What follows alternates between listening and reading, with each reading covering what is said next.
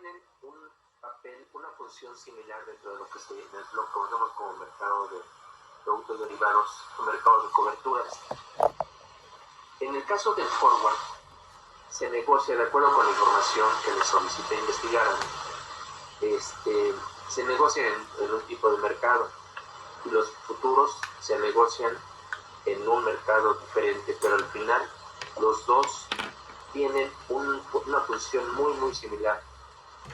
En este caso, Manuel Mendoza e Ivonne, te pediría por favor me digas presente, Ivonne. Presente, profesor. Gracias, Ivonne. Ivonne, de acuerdo con tu investigación, ¿en qué mercado se negocia los forwards? ¿En qué tipo de mercados de derivados?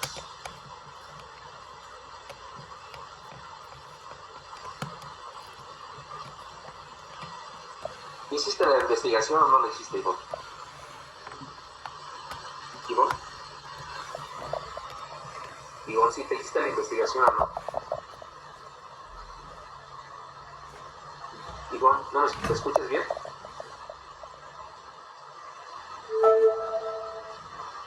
O ya de repente, milagrosamente se pone la audición, Ivonne. ¿Ivonne?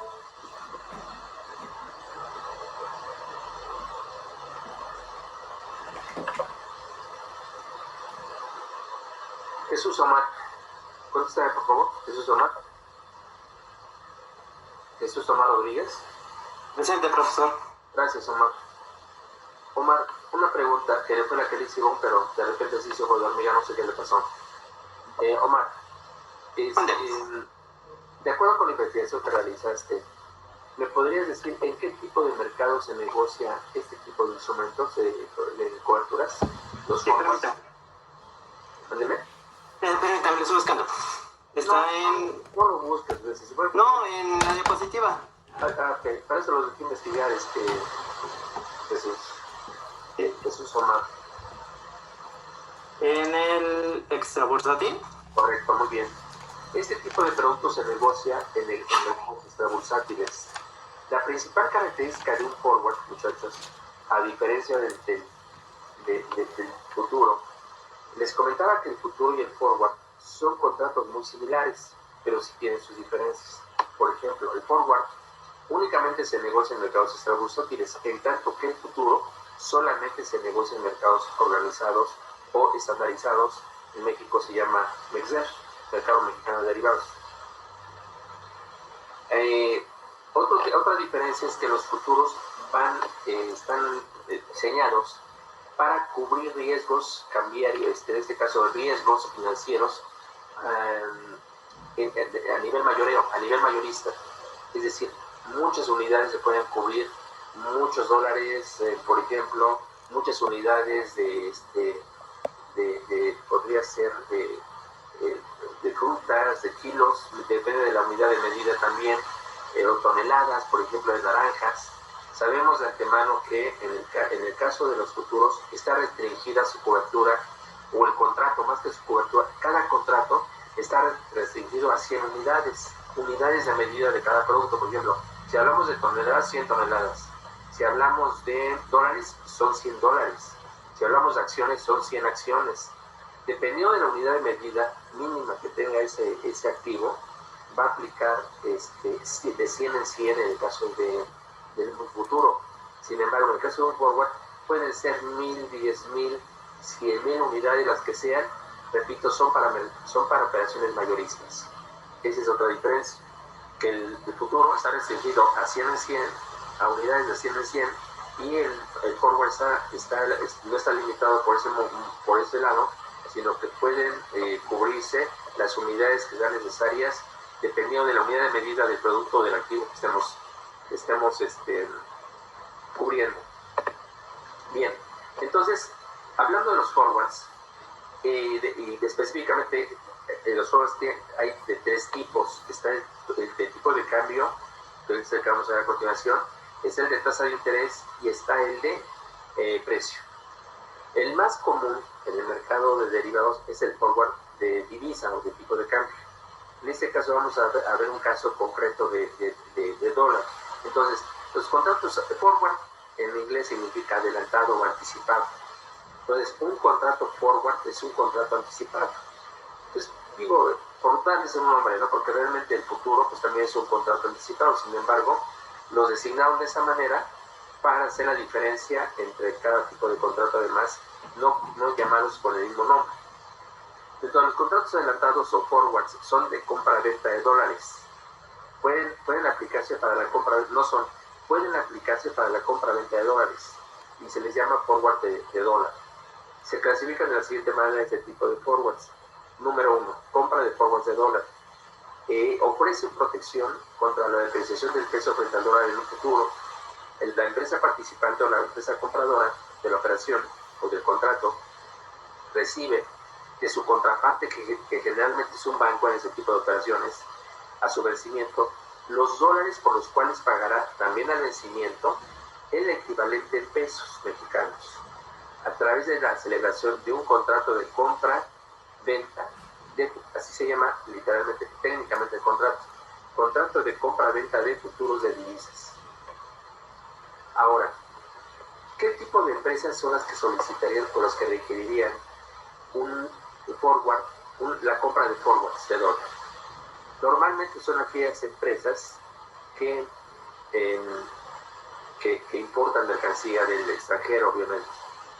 Empresas importadoras son las que necesitan o mayormente suscriben ese tipo de contratos de compra de futuro de dólar. ¿Por qué? Porque son compras de dólares a futuro o de divisas a futuro, pero que hoy se negocia, se define, se establece el tipo de cambio para esta operación, para la que hoy se está celebrando. Aunque en el futuro lo vayamos a comprar, hoy se fija o se determina el tipo de cambio que vamos a utilizar en el futuro. Entonces, es un contrato que nos permite definir hoy o determinar hoy el tipo de cambio que operaremos en un futuro. ¿Cuál sería el lapso máximo de ese futuro? Un año, no más. Todos los productos derivados tienen una vigencia máxima de un año. Y al año pueden renovarse, pero la vigencia es un año. ¿De acuerdo? Excepto los swaps, que son de largo plazo. Excepto los swaps, que son de largo plazo. Todos los demás, que son forwards, futuros, opciones, y se negocian, la vigencia es de un año. Ok. Entonces, ¿qué empresas son las que mayormente contratan o compran forwards de dólar? Son empresas importadoras que en un futuro deben de hacer frente a su compromiso de pago en divisas o con divisas. Luego viene el segundo punto, que son la venta de forwards de dólar. Dice, este tipo de productos ofrece protección contra una apreciación del peso frente al dólar. El participante, es decir, la empresa compradora de un forward de dólar, entrega al banco al vencimiento del contrato, la cantidad de pesos mexicanos o moneda nacional por la cual recibirá también al vencimiento el equivalente en dólares americanos a través de la celebración del contrato de compra-venta de futuros de divisas que se celebró hoy o en la fecha más reciente. Entonces, repito, tanto en la compra de forwards de dólar como en la venta de forwards de dólar se negocian los tipos de cambio hoy para ejercerse en un futuro próximo, no mayor de un año. ¿Preguntas sobre eso? Sobre la definición de lo que es un contrato de forward. No, maestro. Okay. De ser así, pasamos a la siguiente lámina. Y entonces tenemos aquí un caso práctico. Un caso práctico de forwards de tipo de cambio de dólar americano. Dice, una empresa compra mercancía importada con valor de $200,000 americanos a crédito con plazo de 45 días. Al término de dicho plazo, deberá cubrir el capital más los intereses calculados a una tasa de interés del 3.5% anual, en dólares, por supuesto. De acuerdo con la volatilidad que actualmente muestra el tipo de cambio, la empresa importadora está interesada en cubrir su riesgo cambiario, para lo cual adquirirá un contrato forward de tipo de cambio de dólar americano a 45 días. Este plazo es muy, muy importante. No podemos tener un plazo menor o mayor al vencimiento de la operación. Ojo, Eso tiene que ser una sombra, este plazo, tiene que ser una sombra de este plazo. No hay modificación, ni puede haber un contrato por menos plazo ni por más plazo. Luego, un banco le cotiza un precio unitario a esta empresa de 18.25 pesos por dólar americano, dólar cubierto, lo cual, o lo que al vencimiento del mismo del contrato se obliga a comprar al banco la cantidad de dólares objeto del contrato al tipo de cambio pactado. ¿Cuál es el tipo de cambio pactado? 18.25. Esta operación es a 45 dólares. Hoy en día, cuando está la volatilidad del tipo de cambio, nadie sabe si va a estar por arriba o por abajo de los 20 pesos. Lo que sí, si en este caso, si el banco le ofrece un tipo de cambio determinado, este va a estar vigente durante la vigencia del contrato, que son los 45 días. ¿Para qué? Para que al término del contrato, esta empresa importadora va a tener que hacer frente a su compromiso con su proveedor del extranjero y va a tener que pagarle los 200 dólares por el importe de la compra, más el costo financiero, que es 3.5% anual. ¿Cuál es el beneficio para esta empresa? Bueno, el beneficio es que va a poder ahorita cubrir o garantizar, ojo, no estamos en su seguro, pues no quiero utilizar el término de asegurar, cubrir o garantizar que el tipo de cambio dentro de los 45 días con esta empresa lo necesite, va a conseguir sus dólares en ese momento a 18.25, independientemente de que suba o baje el tipo de cambio. Si el tipo de cambio se mantiene por arriba, pues quiere decir que la empresa ganó, porque va a pagar menos pesos por dólar que en aquel momento el tipo de cambio que en aquel momento se cotiza en el mercado. O si bajó por debajo, si disminuyó por debajo de los 18.25, entonces la empresa tiene que pagar también este tipo de cambio, pero por dólares que en ese momento en el mercado estaríamos a 18 pesos. Y ahí sí entonces perdería la empresa. ¿Por qué? Porque tiene que cubrir dólares a 18.25, cuando en el mercado cambiario pudiera estar a 18 pesos. Entonces, como vemos aquí, jóvenes, hay riesgos en ambos casos, tanto en la parte de compra como en la parte de venta. Dice, al vencimiento del contrato, el tipo de cambio se cotizó en el mercado cambiario spot o de contado a 18.50, es decir, tuvo un deslizamiento de 25 centavos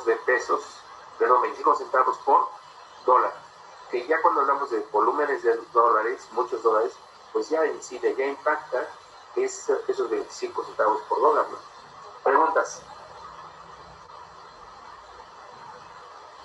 por favor. Sí, adelante. En ese caso, entonces, o sea, no garantiza, como usted dice, no garantiza una ganancia. O sea, tanto puede ganar la empresa en este caso práctico, como por ejemplo el precio parece entonces hubiera sido de 17.50 o 18 pesos. O sea, no garantiza una ganancia, solamente es un seguro y cada empresa va a correr el riesgo de contratar el seguro o no, ¿verdad? Absoluto, correcto, Eduardo. Así es, Igor. Muy buena comentario. En este caso, ningún derivado, ningún contrato, llámese forward, futuro, opción o swap, ningún contrato de derivados nos va a garantizar una ganancia, muchachos. Tenemos que, miren, cuando hacemos una operación de estas de cobertura cambiaria, tenemos que hacer por lo menos 10 o 20 escenarios con diferentes alternativas de tipo de cambio, pero también de condiciones, para ver cuál es la que nos conviene más. Ahora, ¿cuáles son las fuentes de información hablando de tipos de cambio? Bueno, pues la principal fuente es Banco de México. Y luego también podría ser el MEXDEV, el Mercado Mexicano de Derivados. O la misma Bolsa Mexicana de Valores. Pero las fuentes más confiables para poder llevar a cabo este tipo de análisis son Banco de México y el Mercado de Derivados, representado por MEXDEV, que es el Mercado Mexicano de Derivados. Ese es el punto. Por eso tenemos que ser muy cautos cuando hacemos una cobertura, porque muchas veces valdría más la pena no haberse cubierto que con la cobertura, porque perdemos más muchas veces con coberturas que sin cubrir, si enfrentáramos el riesgo. Y aquí sigue aplicando esa vieja regla de las 4 estrategias, ¿se acuerdan? Que es limitar o limitar o minimizar el riesgo, enfrentarlo, evitarlo o trasladar. Aquí, pues obviamente lo que estamos haciendo es trasladar el efecto. Pero ese trasladar el efecto, repito, no siempre vamos a ganar. Ahora que vean sus empresas, que por cierto, Manuel ya me hice el favor de mandarme la relación de equipos. ¿Faltó alguien de anexar al equipo de Manuel? Solamente la chica, bueno, que le comenté que ya no iba a estar en el grupo, que se dio de baja. Y después, ¿tienes el nombre de esa chica? ¿Manuel? ¿Manuel? ¿Tendrás el nombre o el apellido de la chica? Déjeme abro la lista para comentarle. Es ahorita que lo tengas, me dices, ¿no? Por favor. Entonces, sí. Bueno, pero ya todos los demás están en su grupo y ya todos tienen su empresa, ¿verdad? Ya, profesor, en eso estamos. Muy bien. No, pero ¿la anotaron en su equipo, en la relación de integrantes del equipo, o no la han anotado todavía? No le hemos agrupado. Ah, ok. Entonces, pues, ojalá la puedan tener a la brevedad para igual tampoco tenemos número de equipo, profesor. No sabemos en sí cuántos equipos somos. No importa, ¿verdad? Aquí la sugerencia hubiera sido que en su equipo hubiera anotado una vez de empresa, pero de no ser así,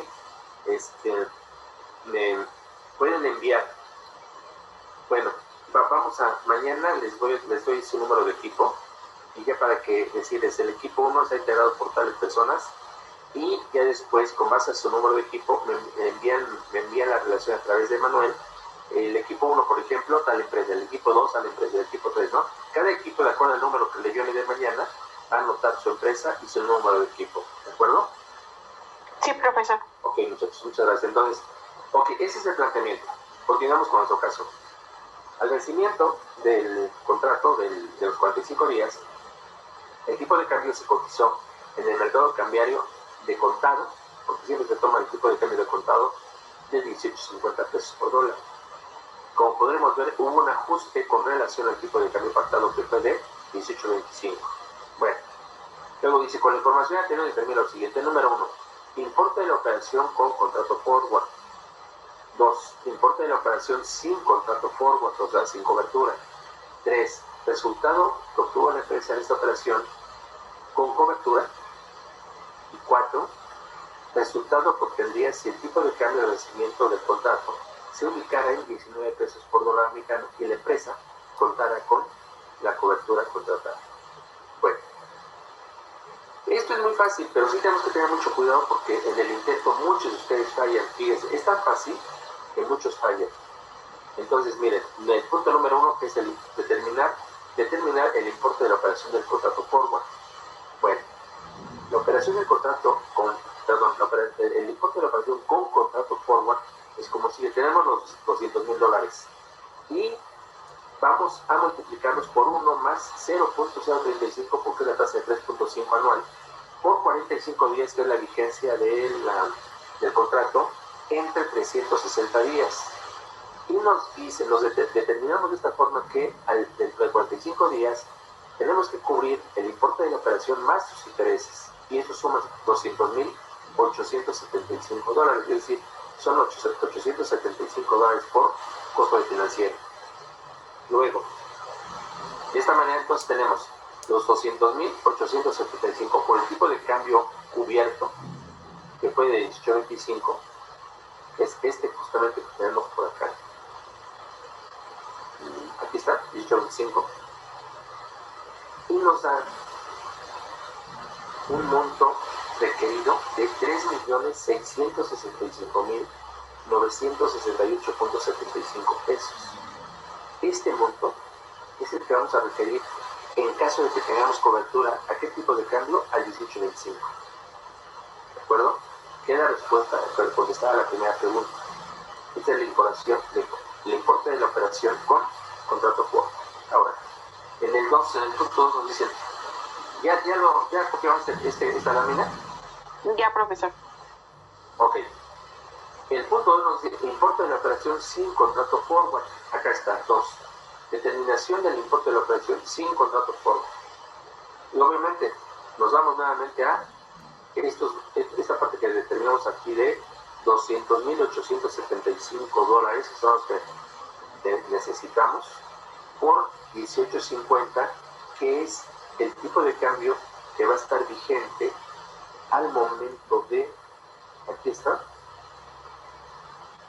acá está el vencimiento del contrato. El tipo de cambio se cotizó en el mercado cambiario spot o de cotado a 18.50 pesos por dólar. Entonces ese es el que tomamos como referencia en el punto 2, 18.50 por el número de dólares que necesitamos, y nos da que necesitamos 3.716.187.50 para cubrir esta operación, este monto de dólares, pero sin cobertura, yéndonos al mercado libre a comprar los dólares. ¿Cuándo? Dentro de 45 días. Entonces, pero sí vemos que obtuvimos un tipo de cambio más alto, por lo tanto, de los 3.666.000 prácticamente se fue a 3.716.000. Hay una diferencia importante. Luego 3, nos piden el punto 3, resultado que obtuvo la empresa en esta operación con cobertura. Entonces, prácticamente es la diferencia, y decimos determinación de resultados que obtuvo la empresa en esta operación con contratación del forward. Sabemos que si contratamos el forward vamos a pagar 3.665.968.75. Si no lo contratamos, vamos a pagar esa cantidad, que son 3.716.187.50. De tal manera que entre contratar y no contratar, como en este caso, de la operación con contratación forward, entonces el importe del ahorro de la operación fue de 50.218.75, toda vez que, como contratamos el forward, vamos a pagar el importe inferior. Si no lo hubiéramos contratado, hubiéramos pagado este importe, que en lugar de ser ahorro, hubiera sido sobrecosto. Pero fíjense nada más, aparentemente, pues no estamos hablando de mucho, de 25 centavos por dólar, pero eso implica, en volumen de dólares, implica ya 50.218.75 pesos de ahorro. Ahora, imaginen a una empresa que tiene esa operación de manera constante, de manera permanente. Cada 15 días importa. Pues imagínense si conviene o no contratar, por supuesto que sí. Por lo menos bajo este escenario. Sí, adelante, por favor. Adelante, ¿alguien va a participar? Ok. ¿Dudas o preguntas? No, hasta ahorita vamos bien. Bueno, el número 4, el punto 4 nos dice: resultado que obtendría la empresa si el tipo de cambio al vencimiento del contrato se hubiera ubicado en 119 pesos por dólar americano y la empresa contara con la cobertura. Pues vamos a ver cómo quedaría. Determinación del resultado obtenido por la empresa al vencimiento del contrato. Si el tipo de cambio se ubicara en 19 pesos y contara con la cobertura. Decimos, este es el monto de dólares que necesitamos, 200.875. Por el tipo de cambio cubierto, 18.25, nos da 3.665.968.75. Ahora, nos dicen que veamos cómo hubiera quedado la operación si el tipo de cambio fuera de 19 pesos y no hubiéramos tenido la cobertura. Es esta cantidad, 3.816.625. Si la diferencia entre ambas cantidades nos da que con cobertura tendremos un ahorro de 150.656.25. Ese sería el ahorro en la operación para la empresa. Sí, siempre sí, si tuviera cobertura. Sí, como tiene cobertura, porque esto es lo que nos da el mercado. Sin cobertura, con cobertura son 18.25, y sin cobertura son 19 pesos. Y aquí yo les pregunté cuánto quieres pagar de más. Pues 150.000. Si no contratas esa cobertura, estás arriesgándote a pagar esta cantidad, 150.656.25 en esta operación. ¿Preguntas? ¿Jóvenes? No, maestro. No, profesor, ninguna. ¿Seguro? Sí, de hecho vamos haciendo nuestros apuntes. Muy bien. Nota adicional. Con esta operación, la empresa importadora garantizó por adelantado el costo global de las importaciones en 3.665.968.75, que es lo que originalmente habíamos determinado que tendría que pagar sin importar a qué nivel estuviera el dólar o el tipo de cambio futuro, dando certidumbre a esta plaza. Esto es bien importante. Miren, cuando hacemos una cobertura, nos da la certidumbre de poder establecer nuestro flujo de efectivo. Ustedes saben que un flujo de efectivo se presenta siempre de manera anual, pero por cortes mensuales. Un flujo de efectivo es útil porque lo estamos presentando siempre ex ante. Es ex ante de la fecha en que se van a llevar a cabo las operaciones, tanto de ingreso de efectivo por ventas, por cobro, por la cobranza de las ventas, como por pagos que tenemos que realizar en el futuro, en un año, cada mes. Si nosotros, fíjense, si nosotros hacemos bien la tarea, ayer o antier que veíamos el caso o el viernes o el jueves, perdón, el jueves o miércoles, la semana pasada, cuando vimos el caso del riesgo de crédito, yo les insistía mucho en que es muy importante que al inicio del otorgamiento de crédito tengamos la plena seguridad de que nuestros clientes tienen la suficiente calidad crediticia como para poder cederles esa confianza y saber que al vencimiento de su cuenta o antes van a liquidar de la totalidad de la cuenta sin problema alguno. Esto es muy muy relevante en un flujo de efectivo, porque lo que me está presentando en el flujo de efectivo ya son números duros, números que van a ocurrir con base en la efectividad que tenga la empresa para recuperar sus ventas en tiempo y en forma. Pero ¿qué pasa cuando no se hace esa tarea? Cuando no tenemos el cuidado de elegir a nuestros posibles clientes con base en su calidad crediticia, y entonces empezamos a dar créditos sin ton ni son. Lo más probable es que las metas de recuperación de ventas no se cumplan, porque tenemos mucha cartera, muchos acreditados que no cumplen con la calidad crediticia para pagar oportunamente sus deudas.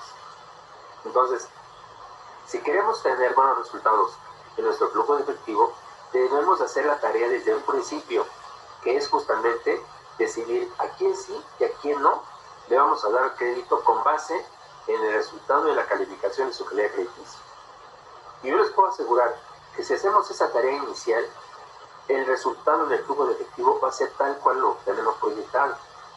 Y eso nos va a impedir que cada mes tengamos que andarnos corriendo para conseguir crédito, para poder completar el gasto mensual que tenemos o el costo mensual que tenemos. Entonces, este tipo de operaciones, cuando se trata de cubrir compras de importación, sobre todo, ya sea de materia prima o productos terminados, es muy importante porque nos permite garantizar a futuro, o sea, cumplir con esa promesa de efectividad en los resultados en el flujo de efectivo. Imaginen ustedes que nos diéramos a la buena de Dios o a la suerte del Espíritu que nos pueda brindar la Virgen de Guadalupe del Espíritu Santo, no cubriendo las operaciones, sino enfrentándolas al tipo de cambio vigente a la fecha en que tendríamos que pagar la cantidad de dólares o de divisas. Bueno, pues que no nos permite realmente las cantidades que estarían de esta forma, los montos que estarían en el flujo de efectivo por por el pago de las importaciones no serían reales. Y eso nuevamente nos llevarían a tener incertidumbre sobre los excedentes que estamos solicitando en el flujo de efectivo. ¿Vale? No te oigo. No te oigo. No oigo a la campana de la basura, es lo único que oigo. No. Bueno, no les comentaba. Esta operación nos garantiza o nos da esa certidumbre sobre el importe que debemos pagar y cobrar cuando estamos hablando de compras de importación o ventas de exportación. Bien, copien este dato por favor, porque van a hacer ustedes ahora un taller, vamos a hacerlo como taller, me van ustedes a presentar este caso. Copien por favor sus datos. Si una empresa compra mercancía importada a crédito a 90 días con un costo anual en dólares americanos de 1.31, es el costo del financiero, con la tasa de interés que tiene que pagar por ese financiamiento a su proveedor del extranjero. El valor de la mercancía importada es de $100,000 americanos. Dentro de 90 días tendrá que pagar el capital más los intereses, lo cual equivale a, esto ustedes lo van a determinar. Esta cantidad representa el monto total de la operación sujeto a riesgo cambiario, que sería el monto de la operación por $100,000 más su costo financiero calculado a una tasa de 9.31 durante 90 días. Ahora, la empresa supone una probable depreciación del peso con respecto al dólar, por lo que está interesada en cubrir su riesgo financiero por su riesgo cambiario, por lo que compra un forward de dólar a 90 días. Un banco cotiza a esta empresa un precio de 19.35 pesos por dólar cubierto, tomando la decisión de cubrir dicho riesgo. O sea, si contrata un forward a un tipo de cambio de 19.35. ¿Ya copiaron esta lámina? Ya, maestro. Ahora, al vencimiento del contrato, el peso se devaluó. Se devaluó cotizando en el mercado cambiario de contado o al contado en 19.45 pesos por dólar. Es decir, del tipo de cambio cubierto de 19.35 al vencimiento del contrato se va a se va a 19.45. Es poca la diferencia, pero vamos, impacta en el volumen del número de dólares, o del volumen de dólares. Dice, con la información debe tener lo siguiente, que prácticamente lo que vimos en el caso anterior. Importe de la operación con contrato forward, 2. Importe de la operación sin contrato forward, 3. Resultado que obtuvo la empresa de esta operación con cobertura, es decir, por la diferencia entre contratar y no contratar. Y 4. Resultado que obtendría si el tipo de cambio al vencimiento del contrato se hubiera ubicado en 19 pesos por dólar americano y la empresa hubiera contado o contara con la cobertura contratada. ¿Alguna duda sobre el planteamiento? No, maestro. No, ¿verdad? Entonces, espero que lo hagan, por favor, para mañana presentarlo. Como tal, como así, muy rápido, muy resumido, pero muy claro a la vez. El procedimiento, les recomiendo utilizar el mismo, por favor. El mismo que utilizamos ahorita para poder resolver el caso. Desde el punto 1, 2, 3 y 4. ¿Vale? En ese orden. Y también con esta nota. Anexa la nota, por favor, explicatoria del por qué, cuánto la empresa logró ahorrar con la contratación del foro. ¿De acuerdo? Sí. Es para presentar mañana. Ahora, quisiera presentarles a continuación. Esto lo presentan mañana, por favor. Y si no hay dudas, mañana vamos a ver un caso práctico sobre venta de forwards de dólar. Pero ahorita lo que quiero, en el tiempo que nos queda, quisiera presentarles los puntos que deben cubrir en el desarrollo de su caso, de su empresa y del trabajo que tienen que presentar para después del segundo examen. Bien. Son 5 puntos, pero tienen subincisos y cada subinciso sí necesito que en el caso que van a desarrollar lo presenten. Entonces, independientemente de la empresa que les toque, van a desarrollar los siguientes puntos. Estos puntos a desarrollar en las presentaciones. Miren, yo normalmente no quiero que trabajen en vacaciones, porque para eso son las vacaciones, para desaburrirse o de airarse un poco, ventilarse un poco. Pero bueno, si pueden consultar alguna página o si tienen tiempo de hacerlo, lo pueden hacer. Por ello es que les voy a dar los puntos que deben desarrollar. Ya ustedes se pondrán de acuerdo. Acuérdense que son 5 integrantes de cada equipo. Puede tocar, son 5 puntos justamente, le puede tocar un punto a cada integrante y poderlo desarrollar con toda tranquilidad. De aquí a unos 15 días ya podrán ustedes empezar a hacer una presentación en forma o consultarme si es que tienen alguna duda. Bien. ¿Alguna pregunta? No, maestro. Anote, por favor, son 5 puntos a desarrollar. El primer punto es antecedentes de la empresa. Su inciso 1 es año de inicio de operaciones. Eso es muy importante. 2. Principales eventos históricos trascendentes ocurridos.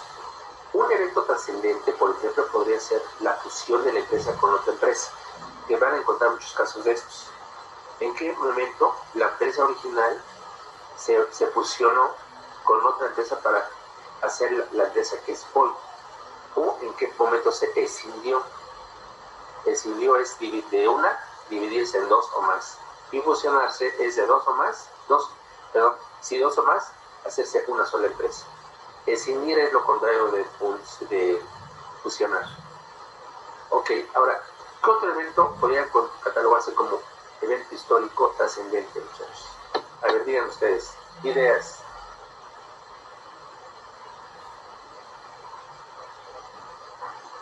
¿Alguna pérdida fuerte en algún año? No necesariamente.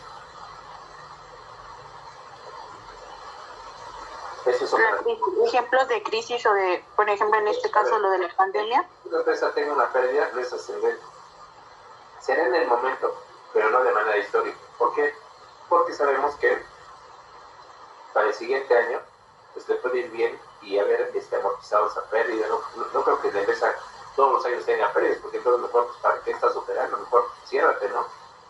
Elimínate. Si no eres negocio, no tiene sentido que estés funcionando.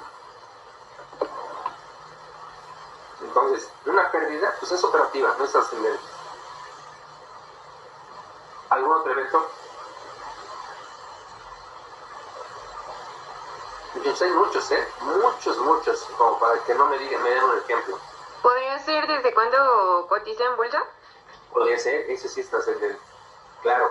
¿En qué año empezó a cotizar? Pero a ver, sí, ¿en qué año empezó a cotizar en bolsa? ¿Y cómo lo hizo? Porque muchas veces, por ejemplo, hay un ejemplo, Nutriza. Ustedes conocen a la empresa Nutriza, por supuesto. Nutriza, antes de pertenecer al grupo Herdes, cotizó en bolsa. Resulta que Herdes la compra y en ese momento deja de cotizar como tal y entonces cotiza dentro de lo que conocemos como grupo Herdes. Ese también es un evento trascendental para el grupo Herdes, porque ha comprado empresas, se ha hecho de varias marcas. Esos son eventos trascendentales. ¿De acuerdo? Otro evento trascendental, por ejemplo, es una alianza estratégica. Muchas veces las empresas tienen que firmar firmar acuerdos de alianzas estratégicas. ¿Alguien de ustedes me puede decir qué entiende por alianza estratégica, por favor? Puede ser cuando una empresa se da cuenta que su competencia es mejor en un aspecto y decide aliarse para cada una, poner lo mejor de cada una y poder llegar a un gran mercado. Por ejemplo, no sé, supongamos que Amazon se alia con PayPal. PayPal tiene manejo de pago por internet y Amazon de compras por internet. Entonces, PayPal pone el software para que la gente pueda hacer mejores pagos y más seguros, y Amazon pone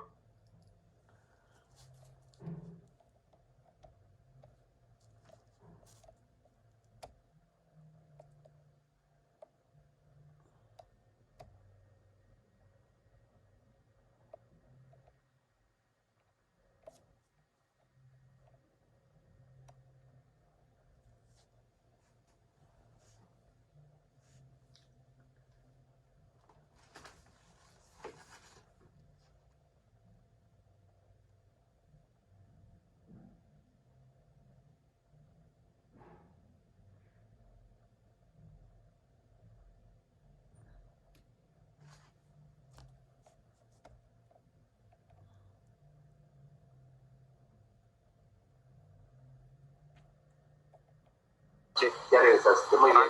Le comentaba que podría ser eBay, bueno, puede ser PayPal, perdón, con Amazon, un ejemplo, que PayPal pone el método de pago el seguro, eficaz para la gente que desconfía de las compras en internet, y Amazon pone su plataforma, pone los productos para que puedan adquirir. o sea, cierta, para que toda la gente pueda comprar. Yo lo veo como una alianza porque cada una pone lo que es mejor y ambas pueden tener grandes beneficios y grandes ganancias de esa misma alianza.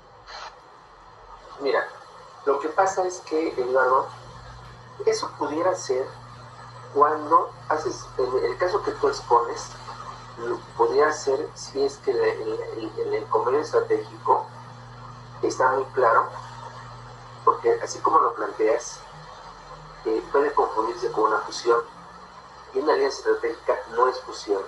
Cada empresa sigue siendo individual, cada empresa sigue siendo totalmente autónoma, y si es que ese tipo de alianza no afecta la autonomía de las empresas, el manejo individual aplicaría, de lo contrario no aplicaría, porque más bien, como lo planteas, más bien suena o huele como una alianza, digo, una fusión más que a una alianza. En una alianza, el propósito principal es tener mayor presencia en el mercado, bien ustedes, tener mayor presencia en el mercado o consolidar su imagen, pero además poder atender nuevos mercados sin necesidad de tener que invertir en mayor infraestructura. Repito, una alianza estratégica se hace con el propósito de tener mayor presencia en el mercado, abarcar más mercado o simple y sencillamente mejorar su imagen sin tener que erogar hacer más inversiones en infraestructura para que pueda tener presencia en los lugares donde quiere tener presencia su empresa.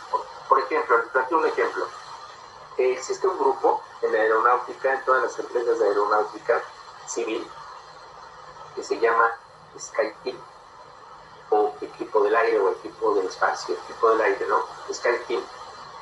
SkyTeam incluye a diferentes empresas aeronáuticas comerciales, como son Iberia en Europa, como son British Airways, Air France, Lufthansa en el caso de Alemania, y American Airlines en el caso de Estados Unidos, y otras más. Ahí está Aeroméxico, en ese grupo de SkyTeam. El propósito de esta alianza es que puedan dar servicio al mayor número de pasajeros posibles que requieran trasladarse a diferentes puntos en el mundo. Por ejemplo, Aeroméxico no tiene vuelos a ¿cómo se llama la capital de la India? A Nueva Delhi. No tiene vuelos a Nueva Delhi. Sin embargo, si un pasajero desde la Ciudad de México, ya sea nacional o extranjero, quiere viajar a Nueva Delhi, lo puede hacer a través de SkyTeam. Aeroméxico vuela a París y vuela a Londres. British Airways en el caso de Londres o Air France en el caso de Francia vuelan las dos líneas a Nueva Delhi. Y si un pasajero quiere ir a Nueva Delhi desde la Ciudad de México, lo único que tiene que hacer es una conexión en París o en Londres para poder llegar a Nueva Delhi, sin necesidad de comprar más que un boleto con escala en alguna de esas dos ciudades. Y de esa manera Aeroméxico le vende todo el trayecto completo. Obviamente el tramo México-París es de Aeroméxico, pero el tramo París-Nueva Delhi es de Air France. Pero puede venderle el boleto, ¿por qué? Porque están en asociación, están ¿cómo le llamamos? Están en convenio firmado de alianza estratégica. Eso es una alianza. Y les comentaba, el objetivo de una alianza estratégica es para tener mayor presencia en el mercado, para abarcar o poder tener la oportunidad de atender a un mayor número del mercado de consumidores sin que se nos vaya a la competencia, quede dentro del mismo grupo que conformamos la alianza estratégica. Igual ocurriría para una empresa, para el caso de que British Airways o American Airlines o Air France tuvieran un pasajero con destino a donde les diré, vamos a poner a Ensenada, México. En Ensenada no vuela Air France ni tiene vuelos de British Airways, pero lo que sí puede hacer es transportar a su pasajero a la Ciudad de México con conexión de México a Ensenada, que lo puede llevar una línea de Aeroméxico justamente, o México-Tijuana. ¿De acuerdo? Entonces, De esta manera, los pasajeros extranjeros o nacionales pueden ponerse en diferentes puntos del mundo a través de un mismo grupo de servicios integrales y sobre todo con el entendido de que cada empresa integrante del grupo o de la alianza estratégica va a continuar siendo independiente, no va a haber ninguna mezcla, nada. El único objeto que persiguen es tener mayor presencia, tener mayor mercado y poder tener esa oportunidad de dar un servicio a mayor número de consumidores o mayor número de usuarios. Ese es el principio de una alianza estratégica. No sé si ha quedado claro. Sí, quedó claro, maestro. Ok, muy bien. Entonces, eso es una alianza estratégica, también puede ser un evento trascendental histórico. Como en situaciones de esta naturaleza, son las que tenemos que atender para poder determinar si podemos describir un evento como histórico trascendental o no. ¿De acuerdo? En cuanto al consejo actual, el consejo de administración actual, eso es muy importante. O sea, ustedes saben que a lo largo de la historia hay muchas empresas, como el caso de Cemex o de Lala, que tienen más de 100 años ya en el mercado. Lala empezó por ahí de 1914, una cosa así. Pero digo, ya claro, tiene más de 100 años. Entonces, hay empresas que tienen mucho tiempo en el mercado y que obviamente pues han cambiado consejos de administración, como 1000 consejos de administración. No, lo que queda es el actual, y no todos, porque también hay como 30 muchas veces que el consejero titular o el propietario, el consejero, no, quiero nada más lo que es el presidente del consejo y sus consejeros propietarios, nada más, que son 5 o 6 máximo, ¿de acuerdo? Esto es lo que quiero el consejo de administración, y sí, el currículum del presidente actual del consejo, que normalmente son socios, normalmente son accionistas de las empresas. Los principales accionistas son los que normalmente forman parte del consejo de administración porque son los que dirigen la empresa, así de sencillo. Luego, en el punto, mañana continuamos viendo los demás puntos. ¿Aquí tienen alguna duda sobre este número 1? No, maestro. No explico. Parecería ser muy sencillo. Pues no. Pero sí tenemos que tener toda la claridad para saber qué sí y qué no. Sobre todo, muchachos, quiero ser muy puntual porque quiero que hagan sus presentaciones de esa manera. Y obviamente sí les voy a exigir que abarquen cada uno de los temas que yo puntualicé en esta solicitud, por favor. No me vayan a tener como antecedentes nada más el año de inicio de tan, no, porque entonces sí les diría, ¿sabes qué? Tu presentación no es correcta. ¿Vale? Muy bien, ¿hecho alguna duda? No, profesor. No, profe, ninguna. Muy buena tarde entonces, cuídense mucho y les pido por favor